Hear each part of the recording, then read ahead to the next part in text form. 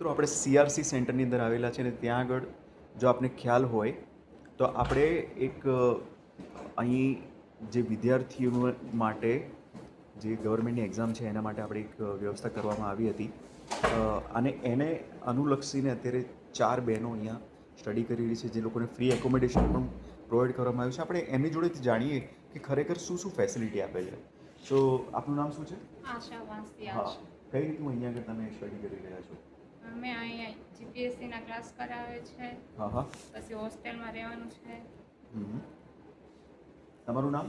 મહેશ્વરી અંજલિ વાલજીભાઈ. હા. હું કચ્છથી આવું છું. અમને અહીંયા 6 મહિના જેવું થયું. 9 મહિનાનો ટોટલ અમારે વર્ગ છે. 6 મહિનામાં અમને એવું નહીં લાગતું કે અમે કોઈ એક્ઝામ ક્રેક નહીં કરી શકીએ. અમારે સ્પીપા દ્વારા એવું સારું એવું માર્ગદર્શન બી મળે છે. અહીંથી અમે કોઈ બી એક્ઝામ ક્લિયર કરીને જ જમશું. તમારું નામ શું છે? મારું નામ મકવાના ગીતાબેન છે. હું દાહોદથી આવું છું અને અહીંયા જીપીએસસીની સારી તૈયારી કરાવડાવે છે અને અહીંયા રહેવા માટેની હોસ્ટેલની વ્યવસ્થા છે. ઓકે, આપનું નામ બેન? મારું નામ વિનોદ છે. હું અમદાવાદથી અહીંયાથી જ આવું છું. અહીંયા જીપીએસસીની સારી એવી તૈયારી કરાવે છે અને અમે પાસ થઈ શકીએ એવું જ છે. પાસ થઈ શકે એવું છે. શું છે તમારું ધ્યેય? શું બનવું છે તમારે? મારે જીપીએસસી પાસ કરવી છે. જીપીએસસી પાસ, ક્લાસ 1 2 અધિકારી બનવું? ક્લાસ 3 બનવું છે. આપને બેન? ટીચર બનવું. ટીચર બનવું છે. આઈએએસ અધિકારી. આઈએએસ અધિકારી. આપને? આઈએએસ. તો 2 આઈએએસ અધિકારી સાથે આપણે વાત કરીએ છીએ. તમે લોકો ચહેરા જોઈ લેજો. અને આ બધા પણ આપણા સરકારી અધિકારી જ છે. સરકાર આપણને જે ફેસિલિટી આપે છે એનો પૂરેપૂરો ઉપયોગ થઈ રહ્યો છે. એકોમોડેશન ને બધું જ અહીંયા આગળ આપવામાં આવી રહ્યું છે. તો એનાથી વધારે આપણે બીજું શું જોઈએ, રાઈટ? બીજું કંઈ કહેવા માગશો તમે? નહીં સર, બસ અહીં હોસ્ટેલની સુવિધા બી સારી છે. અમારી સેફટીમાં જે અમદાવાદમાં આપણે રહીએ કે આપણે મેન તો આપણી પહેલાં તો જરૂરિયાત છે સેફટીની, તો એ તો અમને અહીં પૂરેપૂરી મળી રહે છે. 24 કલાક સિક્યુરિટીની અંદર અમે રહીએ છીએ એટલે સારું છે. જમવાનું બી અમે મેનેજ કરી શકીએ છીએ. સારું એવું અહીં અમને સુટેબલ રહે છે. ભણવામાં બી સારું છે. મતલબ સવારથી લઈને સાંજ સુધી અમે લાઇબ્રેરીનો બી લાભ લઈ શકીએ છીએ.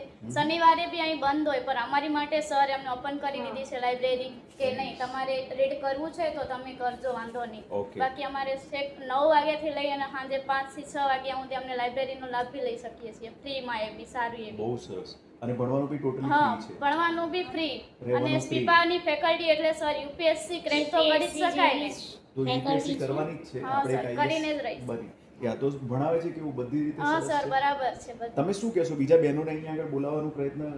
હા, જેને બી એને આવવું હોય તો એસસીઆરસી નો કોન્ટેક્ટ કરી શકે છે. અમારો બી અનુભવ છે 6 મહિનાનો કે અમને તો સારું રહ્યું. મેં તો મારી લાઈફમાં કોઈ વાર હોસ્ટેલ જોઈન નથી કરી. પહેલી વાર અહીં મેં રહી છું. હું તો છેક કચ્છથી આવું છું. કોઈ વાર ઘરથી બહાર જ નહીં ગયેલી. બરાબર છે. અને પણ અહીંયા ફેસિલિટી ખૂબ હા, જ સારી છે. ફેસિલિટી બી સારી બધી છે. રીતે સરસ છે. બધું જ સરસ છે. આવી શકે છે જેને બી આવો એસસીઆરસી નો કોન્ટેક્ટ કરી શકો છો. મિત્રો, મેઇન વસ્તુ છે કે આ બીડું ઝડપ્યું હતું સીઆરસીએ કે અહીંયાથી આપણે આપણા દિવ્યાંગ ભાઈ બહેનો આઈએએસ અધિકારી કે આઈપીએસ અધિકારી થઈ શકે, એક્ઝામ્સ ક્રેક કરી શકે ને એ તો હજુ પણ એ બહેનો જે ઈચ્છતી હોય કે એમને અહીંયા આગળ આવવું છે તો આ બધી બહેનો પ્રમાણે અહીંયા આગળ આવવું જોઈએ. અને હું તો કહું છું મહેનત કરવી જોઈએ. આટલી બધી સારી ફેસિલિટી કઈ જગ્યાએ આપણને મળવાની છે, રાઈટ? એમાં આપણે પાછું ચોપડાનો ખર્ચ બી સરકાર આપે છે. સ્ટાઇપેન્ડ બી આપે છે. મંથલી સ્ટાઇપેન્ડ આપે છે. સ્ટાઇપેન્ડ મળે છે. તમને લોકોને 6000 પણ? હા, 6000 મહિને પૈસા પણ મળે છે. મતલબ સ્ટાઇપેન્ડ પણ મળે છે. તો બીજું શું જોઈએ તમારે? ભણવા માટે અમે સરળતાથી ભણી શકીએ એના માટે સરકાર અમારા માટે બધું જ કરે છે. બરાબર છે. સો આનાથી વધારે બીજું કંઈ કેવું છે તમારે? નહીં, બસ સર ઓકે જ છે. જેને બી આવવું હોય તમે સીઆરસી અમદાવાદમાં વેલકમ છે. હજુ પણ હું બહેનોને કહીશ કેમ કે અહીંયા આગળ હોસ્ટેલ ફેસિલિટી ફક્ત બહેનો માટે છે અને એકચ્યુઅલી દિવ્યાંગો માટે હજુ રહેવાની પેલી મંજૂરી પણ તેમ છતાં સીઆરસીના અધિકારીઓ એમને રાખે છે અને ખૂબ જ સારી રીતે રાખે છે. આપણે ઈચ્છીએ છીએ કે ઘણી બધી બહેનો જીપીએસસી યુપીએસસી પાસ કરે, સારી એવી અધિકારી બને. એટલા માટે હું અહીંયા આપને વેલકમ કરીશ. થેન્ક યુ સો મચ આપ બધાનો. Thank you very much. Thank you. Video ફેલાવવાની જવાબદારી તમારી.